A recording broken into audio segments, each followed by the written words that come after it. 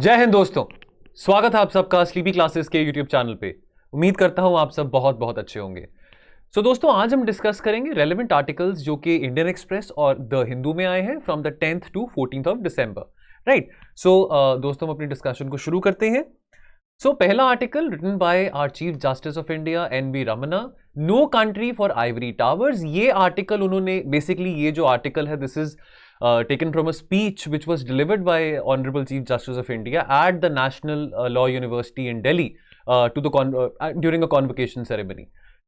ये जो lecture है, what does this talks about? This basically beg your pardon, this editorial talks about the power of youth, the power of students in a democracy, and how students जैसे आपको पता है youngsters होते हैं, काफ़ी एम्बिशियस होते हैं, काफ़ी आइडलिस्ट थॉट्स होते हैं उनके, काफ़ी आइडलिज्म की वो बातें करते हैं। Right. Which is also good, but यहाँ पे ये बात करते हैं that ambition without idealism is dangerous. Right. Idealism with ambition is good, right, but ambition without idealism is dangerous. Right. Now Mahatma Gandhi, the father of the nation, he once said that youth are the agents for transformation.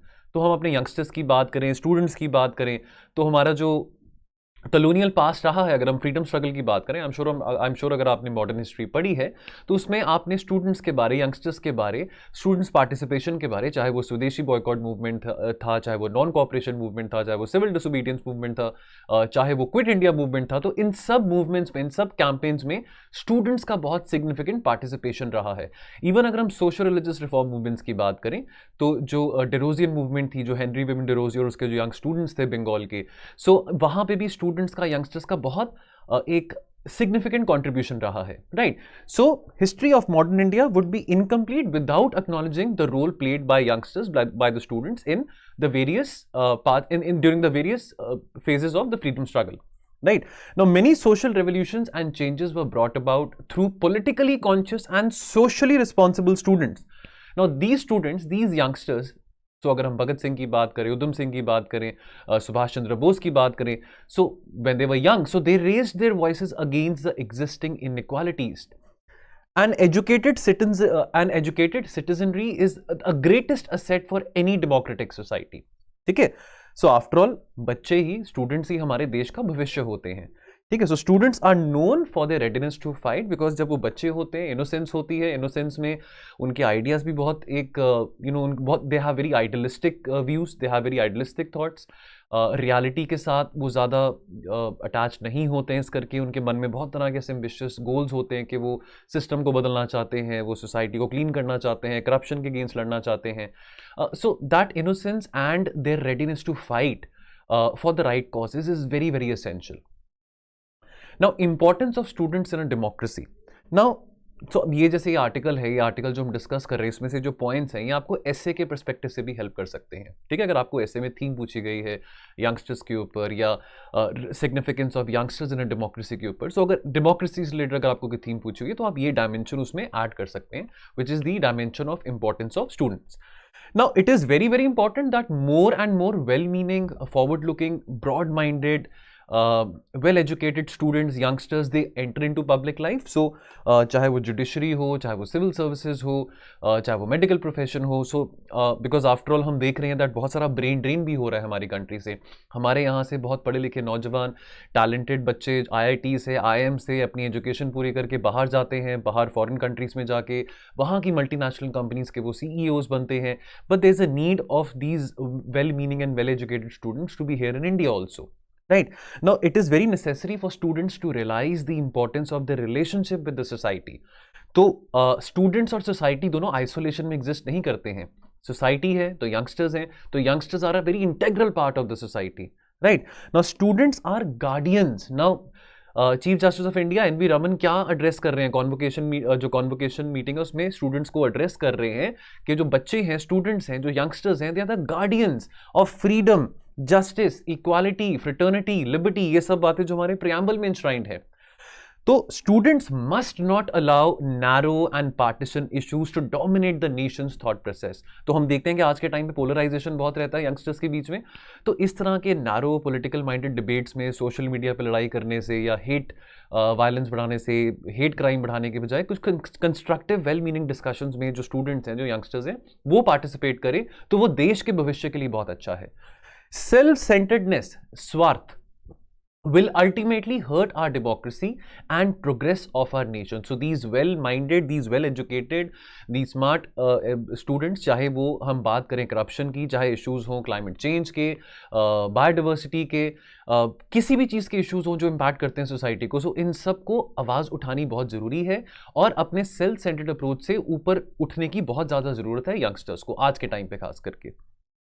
चलिए अगला article है rags to rags. So this is written by Shan Bakshi. सो दोस्तों content page में जो भी articles जिस state को आए हैं, जिस न्यूज़पेपर से उठाए गए हैं, वो भी मेंशन है, तो you can have a look at the content at the index page also. Now इस आर्टिकल में क्या बात हो रही है? इस आर्टिकल में बात हो रही है pandemic has worsened inequality in India. So we all know that, I mean it's been 2 years now, we are seeing we have seen the days of the migrant crisis. We have seen so many students losing on their education because of the closures of the school. We have seen so many people losing out their jobs, their livelihoods because of lockdowns happening. Now अभी recently एक report आई थी, world inequality report, right? तो world inequality report अभी recently release हुई थी, तो उसके context में क्या क्या बातें वहां पे सामने आई हैं वर्ल्ड इनइक्वालिटी रिपोर्ट में? ये बातें आई हैं that the top 10% earns 57%. So the top 10%, the top 10% at the topmost part of the pyramid, they earn 57% of the national income. ठीक है नाउ, तो जितना भी हम अब बात करें, हम $3 trillion इकोनॉमी है, we want to reach, you know, we have this target of reaching $5 trillion economy. तो ये $3 trillion इकोनॉमी या कल को जाके $5 trillion इकोनॉमी भी हम बने, तो 50% से ज्यादा जो धन है, जो दौलत है, वो इंडिया के टॉप 10% लोगों के पास है। और with in this top 10%, the very elite top 1%, they earn 22% of the national income. Now, in comparison, the share of the bottom 50% in the national income has declined to 13%. तो inequality की जो problem है pandemic से तो और ज्यादा accelerate हुई ही है, लेकिन उससे पहले भी इनइक्वालिटी बहुत ज्यादा वाइडन थी. Now, inequality is misunderstood. Now, by and large, the discourse on inequality in India tends to center around disparities in consumption, in income, in wealth. But एक बहुत जरूरी बात है यहां पे जानने के लिए, इंडिया जैसी कंट्रीज में, इंडिया जैसी डेवलपिंग कंट्री में एक और तरह की इनइक्वालिटी है. उस इनइक्वालिटी को हम कहते हैं inequalities in opportunities, right?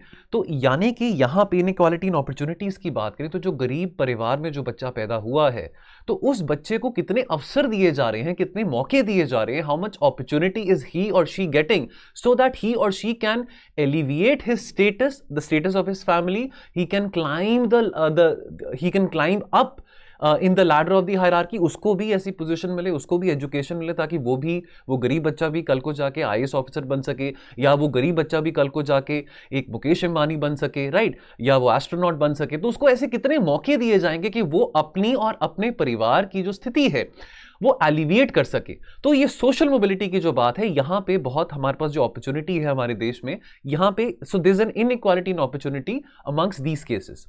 Right. Now, children born in disadvantaged households have a lower chance of moving up the income ladder.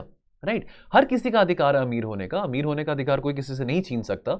तो ऐसे क्या अपॉर्चुनिटीज उनके पास हैं जिससे वो ये सपना पूरा होता देख सकते हैं? चाहे उन्होंने बिजनेसमैन बनना हो, चाहे उन्होंने कोई स्टार्टअप शुरू करना हो, चाहे उन्होंने क्रिकेटर बनना हो, चाहे उन्होंने आईएएस बनना हो, आईपीएस बनना हो, डॉक्टर बनना हो. तो ऐसे क्या उनको अपॉर्चुनिटीज दी जा रही हैं?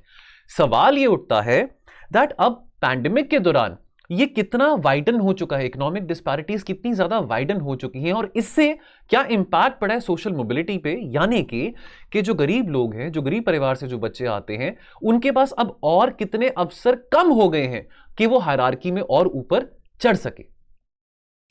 Covid and inequality in education की बात करें तो इसको लेकर हमने बहुत बार बात करी है। आई एम श्योर अब तक आपने 2 सालों में बहुत इसके बारे में पढ़ा होगा।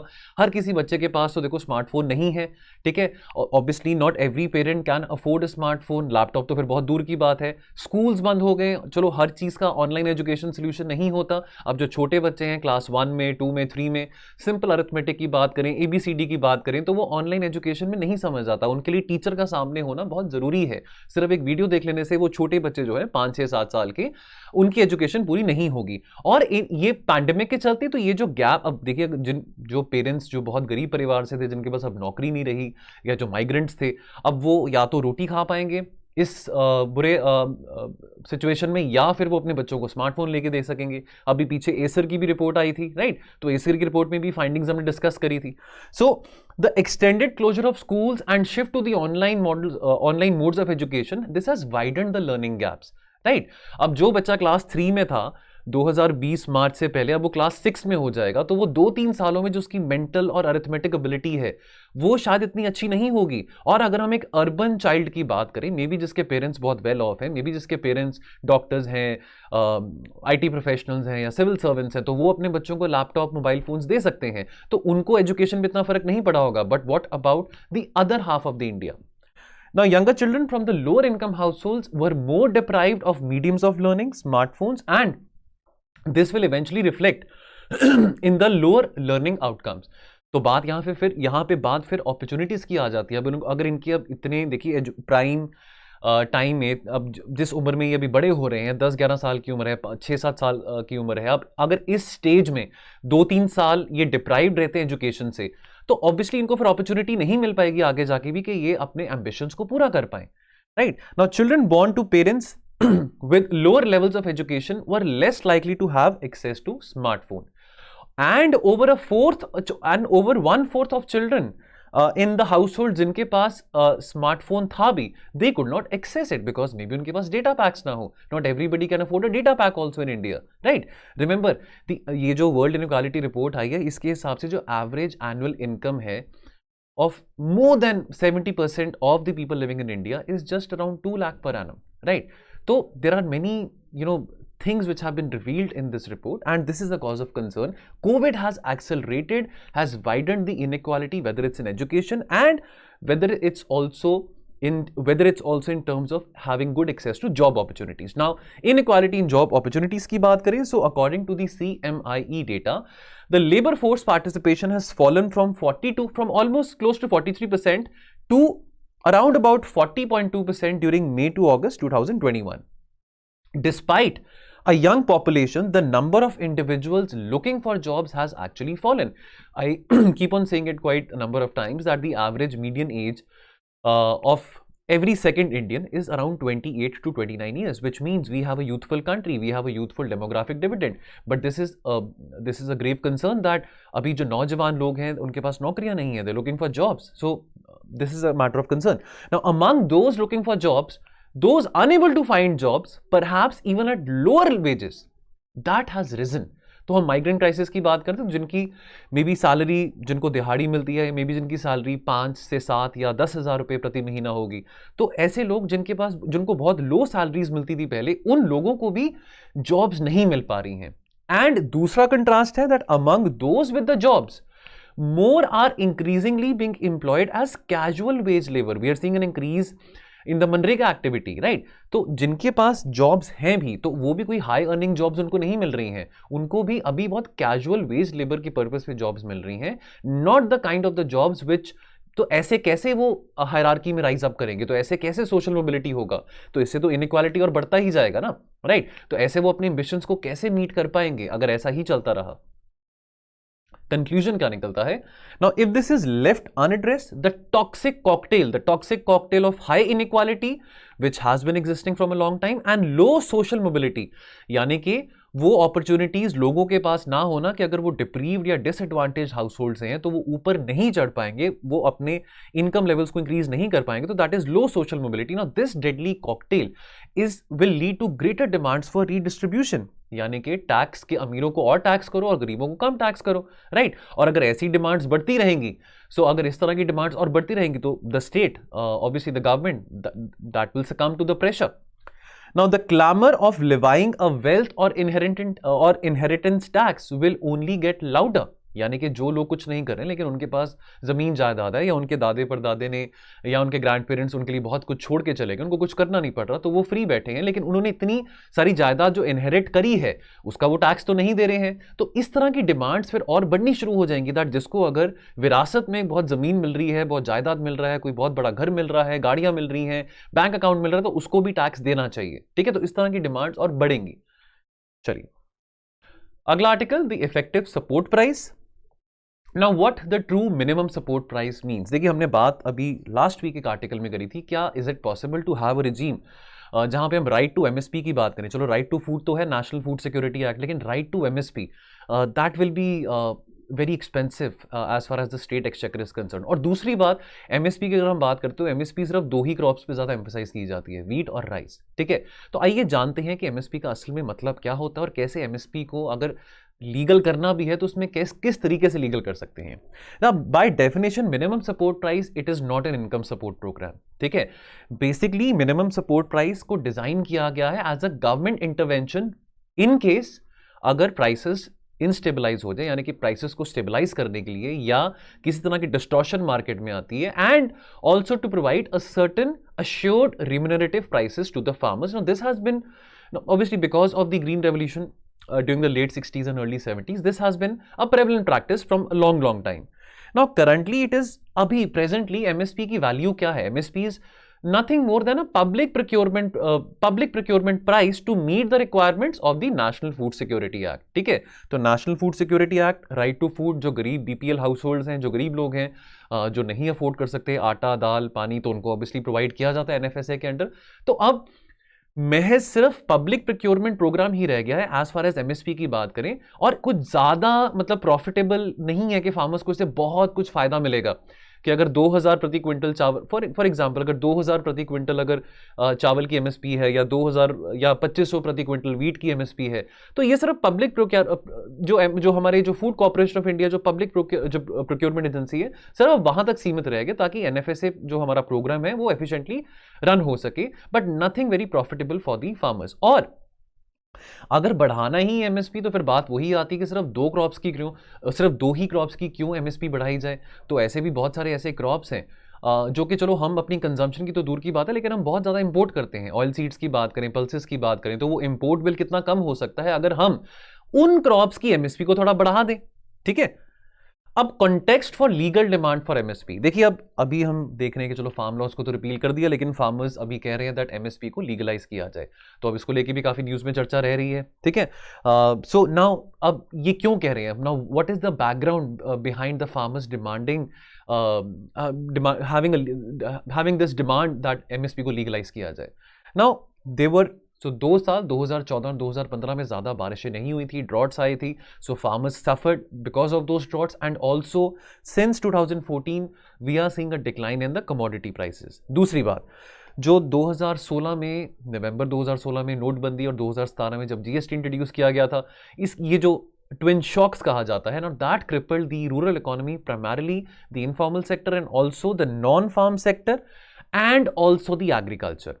ठीक है, उसके अलावा higher input prices for diesel, electricity, fertilisers, now that has only contributed to the further miseries of the farmers. अब ट्रू एमएसपी जो है, now that requires government to intervene जब मार्केट प्राइसेस गिरती हैं, जब मार्केट में कोई डिस्टॉर्शन आता है, ताकि वो इस केस में फार्मर को सपोर्ट मिल सके। अगर मार्केट प्राइस मान लीजिए वीट की, राइस की, पल्सेस की अगर गिर जाती है, तो अगर मान लीजिए मार्केट प्राइस प्रति क्विंटल अगर वीट की, अगर आज सरकार कहती है कि जी हम 2500 रुपये वीट की एमएसपी देंगे, तो अगर आज मार्केट प्राइस वीट की लेट्स से 2000 हो जाती, तो फार्मर्स को इतनी गारंटी होगी दैट चलो हमको सरकार एटलीस्ट मिनिमम 2500 रुपये प्रति क्विंटल तो देंगे ही देंगे। ये तब है, तो एमएसपी की जो एडवांटेज है वो इस केस में जब मार्केट प्राइस फॉल करती है बिलो अ प्री डिफाइंड लेवल, प्राइमरीली ये कब होता है? जब बहुत ज़्यादा एक्सेस प्रोडक्शन होती है, यानी कि सप्लाई बहुत ज़्यादा होती है और डिमांड उसके प्रोपोर्शनेट इतनी नहीं होती। तो जब सप्लाई बहुत होगी, डिमांड कम होगी, तो डेफिनेटली प्राइसेस फॉल करेंगी, simple economics principle. And over supply और price collapse due to international factors, ठीक है। सो कोई जंग हो जाए, कोई लड़ाई हो जाए इराक में, सीरिया में, ऑयल क्राइसिस हो, राइट, उसके चलते कोई और कोई ऐसा इंटरनेशनल फैक्टर हो, कोई बहुत बड़ा कोई उस लेवल पे कोई ऐसा इवेंट हुआ हो, तो अब उसके चलते कोई ऐसा प्राइस कोलैप्स हो, सो खैर वो टेम्पररी होता है, परमानेंट नहीं होता, तो उस केस में एमएसपी के थ्रू गवर्नमेंट इंटरवीन कर सकती है। Now, present rationale behind the demand of legalizing MSP. Now, MSP can also be an incentive price for many of the crops, which are very essential for nutritional security. बहुत सारे food activist बहुत बार ये बात कह चुके हैं that wheat, और अब देखिए हमारी ग्लोबल हंगर इंडेक्स में भी हमारी सिचुएशन ज़्यादा अच्छी नहीं है, हमारा रैंक 101 आया था। अब बहुत सारे जो फूड एक्टिविस्ट हैं उन्होंने ये बात बोली है दैट आप और चीज़ें क्यों नहीं इंक्लूड करते नेशनल फूड सिक्योरिटी में? पल्सेस हो गए, ऑयल सीड्स हो गए, आफ्टर ऑल ये चीज़ें भी हम पहले बहुत ग्रो करते थे और अब ये चीज़ें हम इंपोर्ट कर रहे हैं, millions and millions of dollars में हमारा इंपोर्ट का बिल बन रहा है, तो ये सब पैसे बचाए जा सकते हैं, ठीक है। The current MSP regime has no relation to the prices in the domestic market. The sole reason, the sole purpose of the MSP is only to fulfill the requirements of National Food Security Act. ठीक है, अब इसके चलते हमारा बहुत बड़ा food subsidy bill भी है, ठीक है, 2 लाख करोड़ 2.5 लाख करोड़ का हमारा फूड सब्सिडी बिल बन जाता है। चलो वो जरूरी भी है, आफ्टर ऑल हमारे यहाँ पे गरीबों की कमी नहीं है, बहुत गरीब लोग हमारे यहाँ पे हमारे देश में रहते हैं, तो बीपीएल हाउस होल्ड्स को कम दाम में ऐसा चावल की बात करें, वीट की बात करें, और भी चीज़ों की बात करें, प्रोवाइड करना बहुत ज़रूरी है। लेकिन अभी जो एमएसपी है it is only seen in the context of a procurement price. कुछ ज़्यादा रेवोल्यूशनरी नहीं हो जाएगा अगर एमएसपी को लीगलाइज भी कर दें, तो ये बात यहाँ पे वो कह रहे हैं। Despite repeated demands from food activists, there has not been any progress to include pulses or edible oils and millets in the public distribution system, keeping in mind the nutritional security. ये जैसे अभी मैंने बोला कि हमारा rank already 101 आया global hunger index में, तो ये बहुत बार डिमांड हो चुका है, लेकिन अभी तक इसको इंक्लूड नहीं किया गया एनएफएसए के अंदर। कंक्लूजन क्या निकलता है?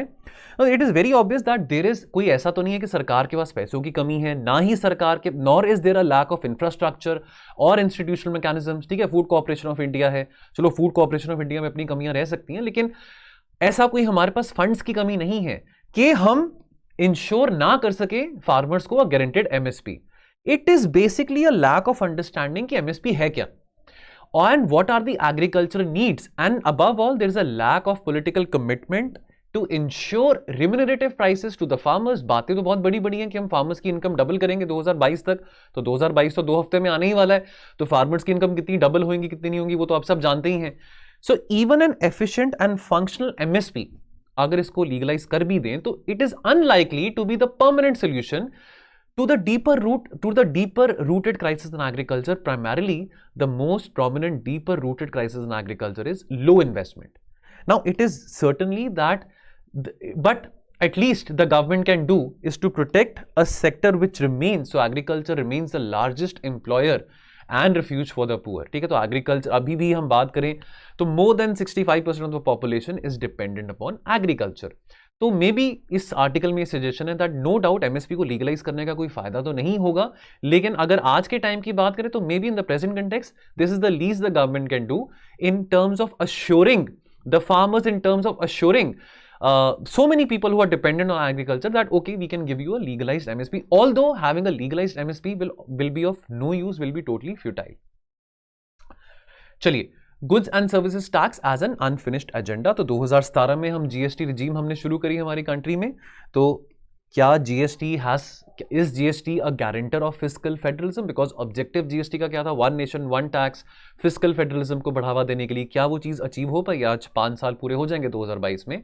Now this was held as a landmark reform in India's tax history and it was expected to improve tax to GDP ratio.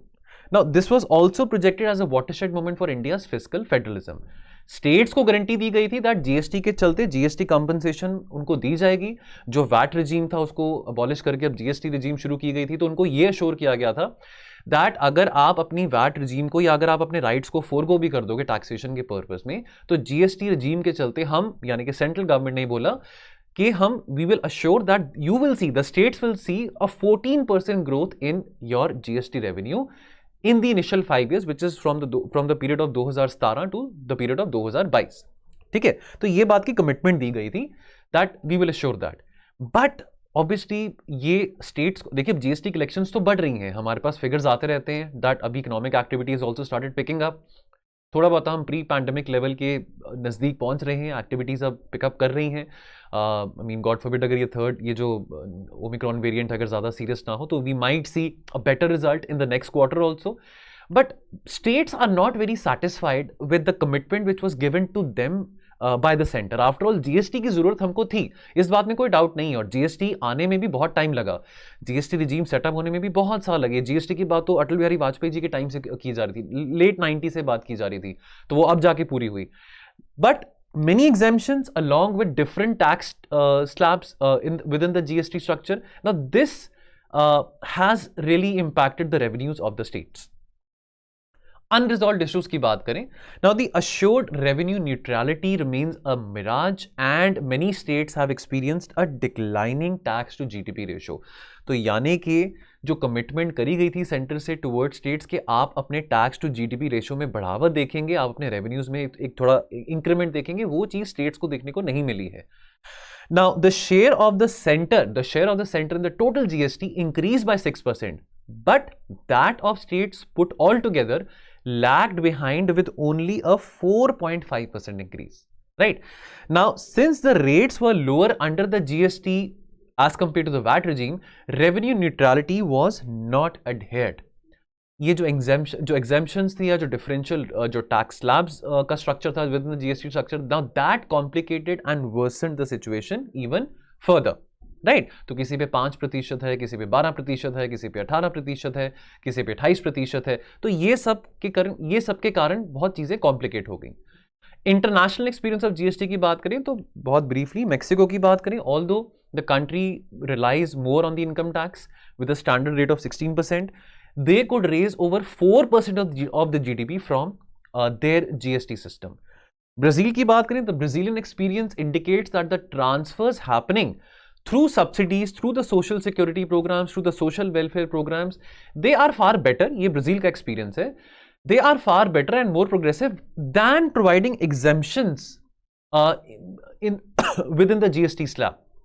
तो यानी कि अगर हम ऐसे कोई जो मास गुड्स हैं, अगर उस पर हम जीएसटी का अगर जीएसटी का रेट 5% या 2% या 3% अगर एग्जांपल के तौर पे हम लगाते हैं, तो वो इतना ज़्यादा एफिशिएंट नहीं है. जो सोशल वेलफेयर प्रोग्राम्स हैं, खास करके टारगेटेड ऑडियंस के लिए बिलो अ थ्रेशोल्ड यानी कि बिलो पॉवर्टी लाइन की अगर हम बात करें, तो अगर उनको सोशल सिक्योरिटी प्रोग्राम्स या सब्सिडीज अगर ट्रांसफर करी जा रही थी तो वो ज़्यादा बेटर थी. ये ब्राज़ील का एक्सपीरियंस शो करता है. Now, Canadian experience with GST, it is shown that GST could be improved by limiting the zero rating, by limiting these exemptions or subventions which is done by the government. So, ये एक बहुत common बात निकल के आ रही है, चाहे Canada है, चाहे ब्राज़ील है, चाहे साउथ अफ्रीका है, चाहे मेक्सिको है, that reduced rates or zero rating that does not usually get passed on to the targeted groups. Right, so this is also the case with India. This has not been being passed on to the target audience, जिसके लिए जो differential rate structure बनाए जाते हैं, खास करके जब हम लोअर टैक्स स्लैब्स की बात करें, keeping in mind the common man, keeping in mind the average Indian house hold, तो ये बेनिफिट्स नहीं वहां पे पहुंचे जाते. कंक्लूजन क्या निकलता है? So GST should be seen purely from a revenue point of view and as a fiscal policy tool for efficiency, transparency, competitiveness and growth. ठीक है, तो even by this standard, India's GST is still on a rocky road with several of the assumptions falling flat, while expectations of the state government, जो उनको expectations assurances दिए गए थे before 2017, now that stands belied. Right तो ना ही states और ना ही consumers और ना ही एंटरप्रेन्योर्स जो व्यापारी हैं, तो अभी कोई भी खुश नहीं है जीएसटी से इस आर्टिकल के हिसाब से. तो ना ही जो राज्य सरकारें हैं, ना ही जो व्यापारी हैं, ना ही जो कंज्यूमर्स हैं, तो ये सब अभी खुश नहीं है, उनको कोई बेनिफिट नहीं मिला ऐसा कुछ जीएसटी से. और अभी बिकॉज चलो अभी तो थोड़ी इकोनॉमिक एक्टिविटी पिकअप हो रही है, but because of the accompanying uncertainties which took place after the GST was introduce, because GST introduce करने में और नोटबंदी में भी कुछ 7-8 महीने का ही फर्क था. अब उसके बाद अगर हम बात करें पिछले 2 सालों से पैंडेमिक के चलते, तो ये जो टेंडेंसी है बहुत अभी अभी it's a very risky environment at the moment, right? So with the coronavirus pandemic and the lockdown still in the saddle, we don't know whether there will be a third wave or not.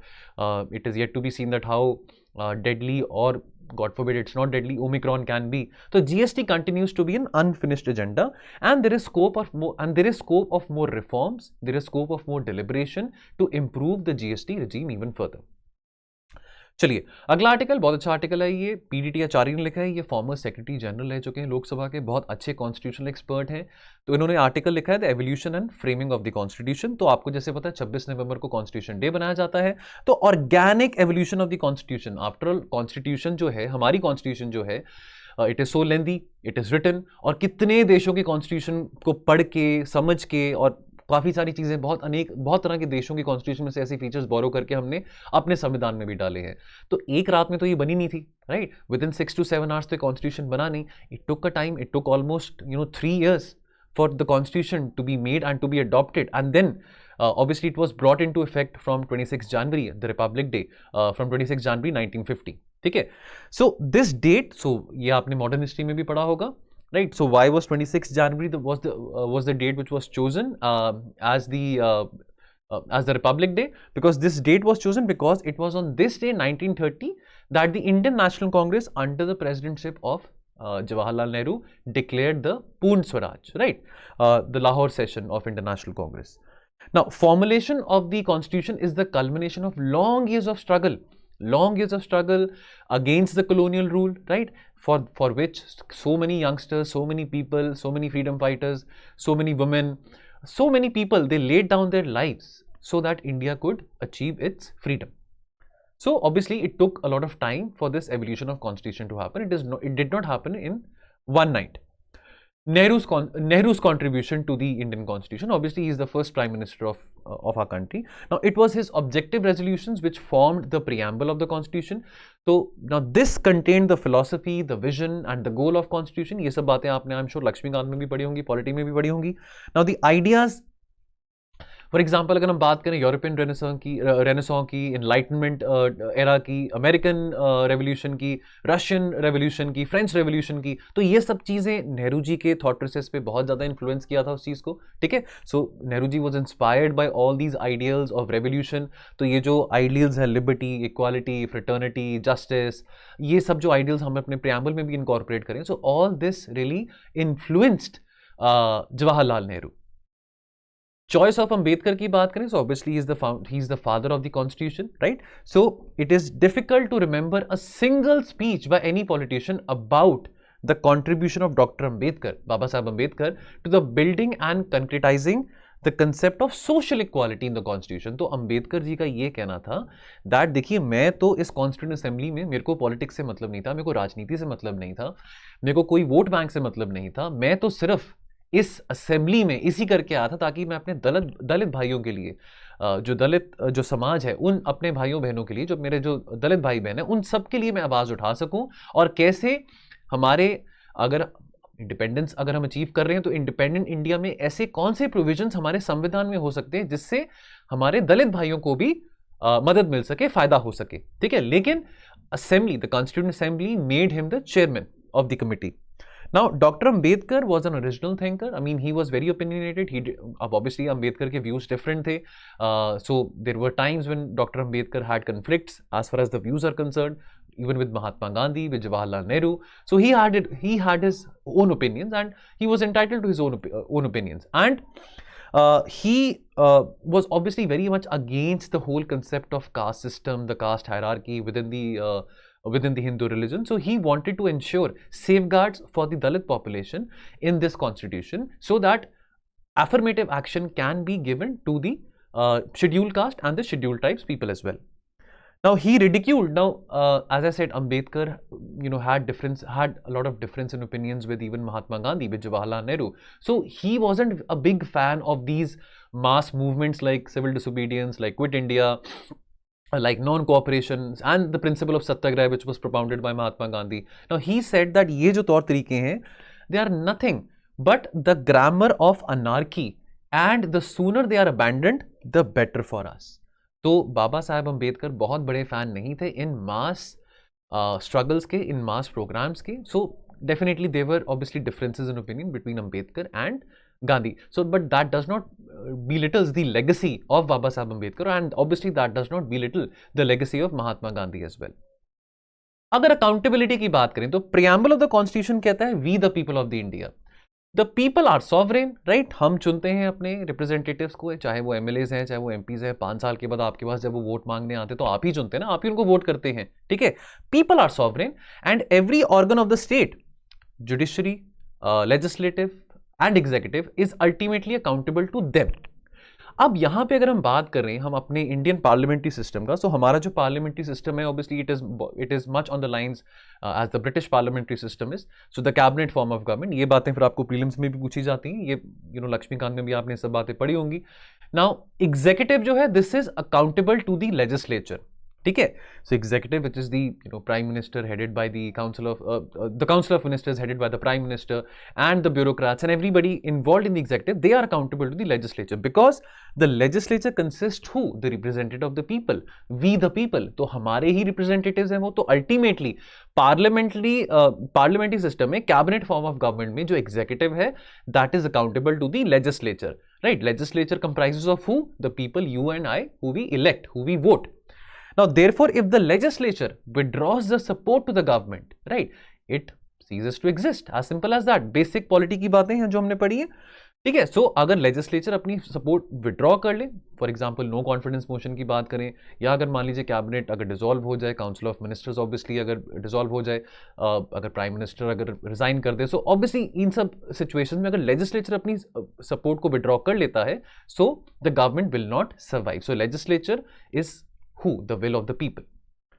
अब judicial accountability की बात करें, अभी कुछ ही दिन पहले जब ये कॉन्स्टिट्यूशन डे बनाया गया था तो हमारे चीफ जस्टिस ऑफ इंडिया, वो बहुत ओपिनियनेटेड हैं, वो भी उन्होंने अपने व्यूज प्रकट करे थे. उन्होंने ये कहा था देखिए अकाउंटेबिलिटी की अगर बात आती है तो कॉन्स्टिट्यूशन में अल्टीमेट अकाउंटेबिलिटी हमारी यानी कि जुडिशरी की लेजिस्लेटिव और एग्जीक्यूटिव को नहीं है, और अगर वो हो तो फिर ये बहुत पेनफुल बात हो सकती है बिकॉज हमारी अकाउंटेबिलिटी लोगों को है, बिकॉज हमारा काम है लोगों को जस्टिस डिलीवर करना, ठीक है. तो क्या जुडिशियल अकाउंटेबिलिटी, क्या इसका मतलब है कि क्या वो एक डिफरेंट पेडेस्टल पे है? यस. तो as per this article, as per PDT Acharya जो कि एक कॉन्स्टिट्यूशनल एक्सपर्ट है, उनका ये कहना that yes judicial accountability is on a different pedestal because judicial accountability as we have just discuss कि जो तीनों ऑर्गन्स ऑफ द स्टेट हैं, जुडिशरी, एग्जीक्यूटिव, लेजिस्लेटिव, ये तीनों अकाउंटेबल अल्टीमेटली तो लोगों को है, आपको और मेरे को है, ठीक है. बट डेफिनेटली अगर जुडिशरी अगर एग्जीक्यूटिव को या जुडिशरी अगर लेजिस्लेटिव को अकाउंटेबल हो तो शायद जुडिशरी इतनी ट्रांसपेरेंट और एफिशिएंट नहीं हो पाएगी, ठीक है. Now constitution does not impose the same burden of accountability like it does on the executive and the legislative. It does not impose the same burden on the judiciary. The mandate given to the judiciary is to do justice to the people, and therefore the constitution made it an independent institution. ठीक है. The top court where all litigations terminate is mandated to do what? To do complete justice. Or in order to do complete justice, in a very unbiased way, in a very partial manner, in a very transparent manner, judiciary has been placed on a different pedestal. And independent judiciary which does not have to look over its shoulder is the pride of Indian Republic. ये बात यहाँ पे mention करी गई है that अगर for example अगर judiciary वाकई में अकाउंटेबल होती एग्जीक्यूटिव को या लेजिस्लेचर को तो वो हमारे लिए अच्छा नहीं होना था, राइट. बिकॉज अगर उनकी अकाउंटेबिलिटी एग्जीक्यूटिव को है तो डेफिनेटली फिर वहाँ पे वो फेवरेटिज्म होगा, वहाँ पे नेपोटिज्म होगा, ठीक है. ऑल्दो चलो ये सब बातें अभी भी एग्जिस्ट करती हैं, नेवर द फैक्ट हम ये सब बातें किताबों में पढ़ते हैं, ये सब बातें पढ़ने में अच्छी लगती हैं, लेकिन चलो नेपोटिज्म और ये सब फेवरेटिज्म और पेट्रोनेज ये सब कुछ एग्जिस्ट करता है. बट अच्छी बात है कि जुडिशरी अकाउंटेबल नहीं है इन दोनों ऑर्गन्स को. Now we the people of the India made the judiciary independent so that it does complete justice to all of us in a very efficient, transparent and unbiased manner. चलिए अगला article, Delhi to London. So ये आज Indian Express में आया है. So this is obviously written by C Raja Mohan. Now, what does he write in this article? Now, he mentions about deepening technological ties with London. So, see, अब हमारा तो UK के साथ तो रिश्ता जो है वो बहुत पुराना है. So, obviously, UK has been our colonial master for 250-300 years. Obviously जब हम इंडिपेंडेंट हमने जब अचीव जब व्हेन वी गॉट इंडिपेंडेंट, सो उसके बाद एक हमारी फॉरेन पॉलिसी की बात करें, हम अगर नेहरू जी की नॉन अलाइंड मूवमेंट की बात करें, नॉन अलाइंड आइडियोलॉजी की बात करें, तो एक सॉर्ट ऑफ सस्पेशन और एक फियर था कि दैट अब अंग्रेज़ों के साथ, यानी कि अगर ब्रिटेन की बात करें, यूके की सरकार के साथ इतने क्लोज रिश्ते नहीं रखने हैं, हम इतनी कोऑपरेशन यूके के साथ नहीं दिखाएंगे, बिकॉज अभी अभी हमको आज़ादी मिली और कोई पता नहीं कल को फिर से वो हमारी पॉलिसीज़ को मिस इंटरप्रेट करके, हमारी पॉलिसीज़ को मैनिपुलेट करके हमको एक्सप्लॉइट करना शुरू कर दें। तो वो एक डर था, ठीक है। इसके चलते हमने वेस्टर्न वर्ल्ड के साथ भी ज़्यादा अपनी एंगेजमेंट नहीं रखी, चाहे वो यूएस था, यूके था, फ्रांस था, since the time of independence. But this is 2021, right. As a matter of fact, अगर हम एक बात करें वर्ल्ड इंटेलेक्चुअल प्रॉपर्टी ऑर्गेनाइजेशन की, WIPO has rank Britain 4th in the global innovation index, और इंडिया की रैंक क्या है? 46th। तो certainly India at the moment needs to get over that colonial hangover and needs to engage more and more with UK as far as harnessing the scientific innovation and technology of United Kingdom is concerned. As a matter of fact, Britain is one of the world's top technology providers. Britain is ranked 3rd after China and ahead of Russia. ठीक है, so India UK ties की अगर हम बात करें, सो अब आपको जैसे पता है कि Britain is no longer a part of the European Union. Now post Brexit Britain has shown its interest, Britain ने बहुत इस बात को लेकर इंटरेस्ट इंडियन एस्टैब्लिशमेंट को दिखाया भी है that okay, if you are having a free trade agreement with European Union, why don't you have a free trade agreement with us? How about we, UK ये कह रहा है that how about we deepen our ties, how about we engage with each other independent of European Union as a bloc. ठीक है, now as a result the stronger ties with India have become a major political priority for London under the Boris Johnson's government. Delhi foreign policy can't, अब देखिए, अब दिल्ली की foreign policy, अगर हम अपनी India की फॉरेन पॉलिसी की बात करें तो चलो वो कॉलोनियल हैंगओवर तो हमारे माइंड में इतना नहीं रहा है, वो सस्पेशन और फियर अब हमारे माइंड में इतना नहीं रहा है, लेकिन हमको इस बात से प्रॉब्लम है कि यूके पाकिस्तान को किस प्रिज्म से व्यू करता है। अगर यूके पाकिस्तान के साथ भी फ्रेंडशिप बढ़ाता है, या यूके इंडिया और पाकिस्तान को एक ही नजरिए से, एक ही प्रिज्म से व्यू करता है because of the common colonial past, now that is not in our long term objective, that does not serve our strategic interest. ठीक है, now obviously India has grown out of the colonial blues. So अगर हम बात करें over the last 30-35 years, so presently आज के time पे जो हमारी इकोनॉमी है is almost equal to the size of the economy of Britain. So we have increased our stature as a global power in the last 2.5 decades.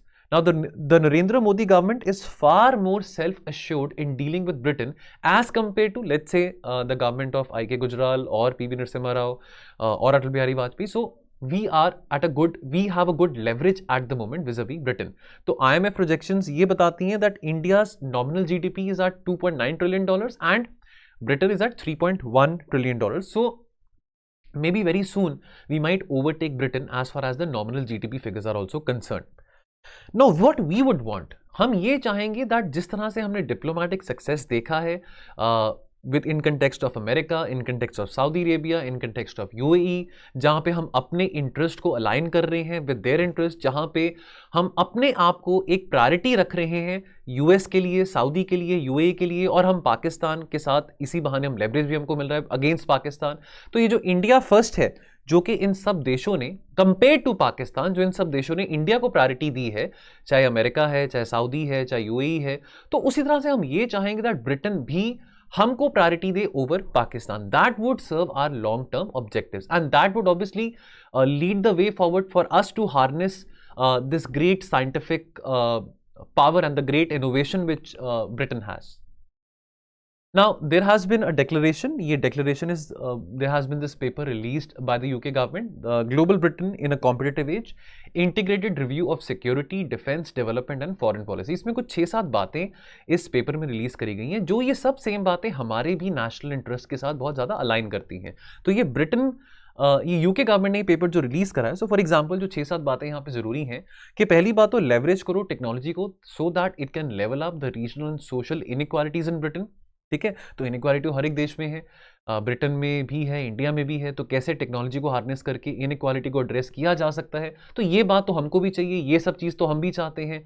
To ensuring Britain privilege position as a leading science power, we would want, even India would want to become a leading science power. After all हमने कितना ज़्यादा engage करा है Russia के साथ, America के साथ, हमारे स्पेस प्रोग्राम्स की बात करें, राइट, हम अपने डिफेंस प्रोग्राम्स की बात करें। So we keep on engaging with countries so that we can be more technologically better equipped. So we would want to engage more with Britain also. Thirdly, focusing on technological innovation to drive Britain's future economic growth.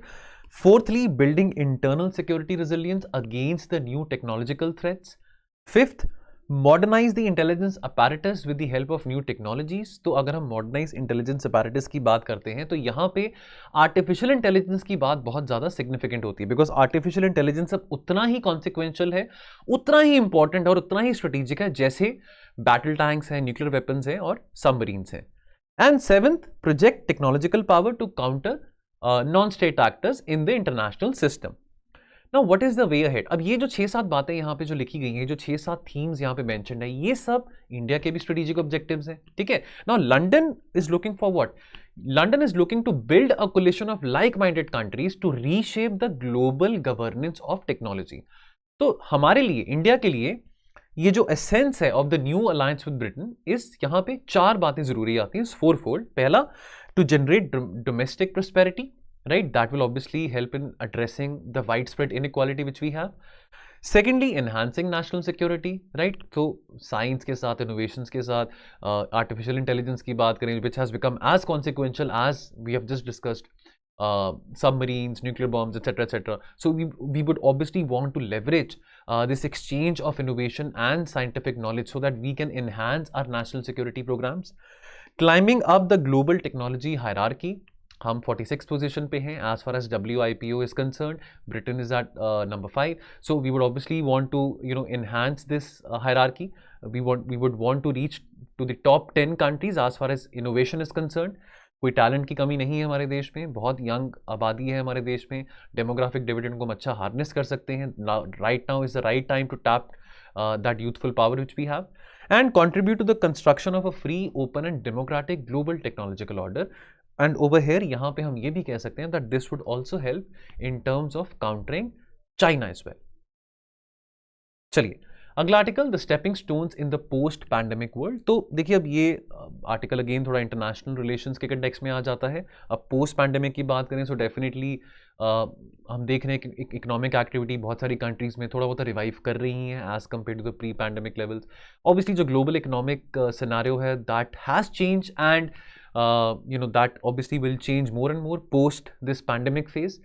So the post-pandemic global economic scenario की अगर हम बात करें, so the power of collectively working together, collaboration, cooperation and less of conflict, ये बहुत जरूरी है. So the world needs more collaboration, the world needs more cooperation and less of conflict, whether it is in terms of addressing issues like climate change, whether it's in terms of addressing issues vis-a-vis vaccines, anything, whether it's in terms of addressing issues relating to Afghanistan. So all these things required a very holistic and a collaborative approach, right? Not a conflict-ridden approach.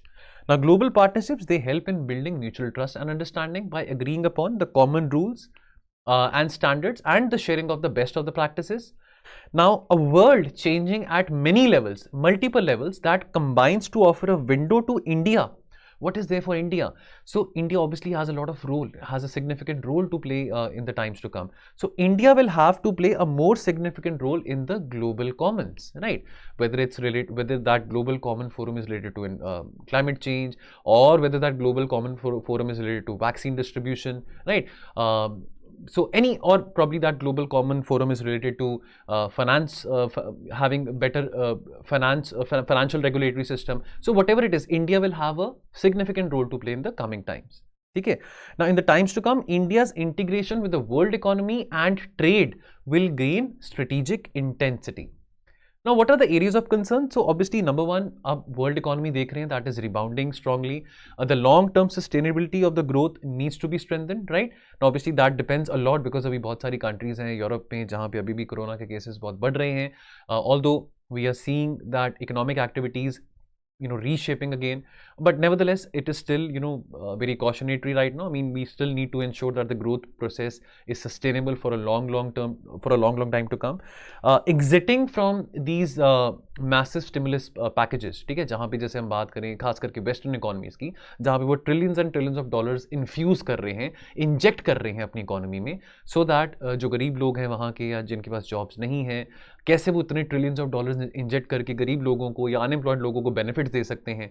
तो अब ये भी नहीं है कि आज एकदम से रातों रात वो अपने ये मैसिव स्टिमुलस इंजेक्शन प्रोग्राम जो है, मनी जो इंजेक्ट करें अपनी इकोनॉमी में, कि इस तरह के जो प्रोग्राम्स आज ही एग्जिट कर दें, ये भी सही नहीं होगा. ठीक है, because that might pose risks of economic and financial instability. Further, the issue of growing inequality of incomes among countries as well as within the countries must be addressed. So, we have this report of the World Inequality Report which has come out recently. So, obviously, we would want equitable growth to happen. We would want that people, sitting at the lower level of the pyramid, even they get good opportunities so that they can climb up the ladder of this pyramid. Facilitating medical supplies, obviously, this has to be a top priority. अभी भी सबको vaccination नहीं मिला. हम Africa में देख रहे हैं कोरोना के केसेस बढ़ रहे हैं. ये लाइन बहुत पॉपुलर थी जब कोरोना वायरस शुरू हुआ था, nobody is safe till the time everyone is safe, right. तो अब इसके चलते, वैक्सीन डिस्ट्रीब्यूशन के चलते, we need to ensure that जो सप्लाई चेन्स हैं they are very constructive, there is no hindrance to the supply chains. कैसे सारे देश अभी खास करके उन देशों को वैक्सीन पहुंचा सकते हैं जहाँ पे वैक्सीनेशन रेट बहुत कम है, खास करके अफ्रीकन कंट्रीज़ की बात करें. वी वुड ऑल वांट, चलो लिविंग विद कोरोना वायरस तो एक अब वो तो बात बनी गई है, बट वी वुड वांट कि हम जल्दी से, खास करके जो रिस्पॉन्सिबल पावर्स हैं, जो बड़े देश हैं, वो कैसे गरीब देशों की मदद करके उन वहाँ पे जो लोग हैं, गरीब देश में जो लोग हैं, उनको जल्द से जल्द वैक्सीनेट कर पाएँ. तो ये भी चीज़ बहुत ज़रूरी है. Now, data on the world trade की बात करें, so there has been encouraging data which has been coming as far as the world trade is concerned. So, United Nations Conference on Trade and Development (UNCTAD) indicates an increase of 22.4% in the value of global merchandise trade as compared with 2020. Now, world trade is expected to stand about 15% higher than before COVID-19. So, these are encouraging figures. So, this is a good figure. Now, FDI inflows in the developing countries have also increased significantly. Now, around about more than $400 billion have been coming to the developing countries in the first half of 2021.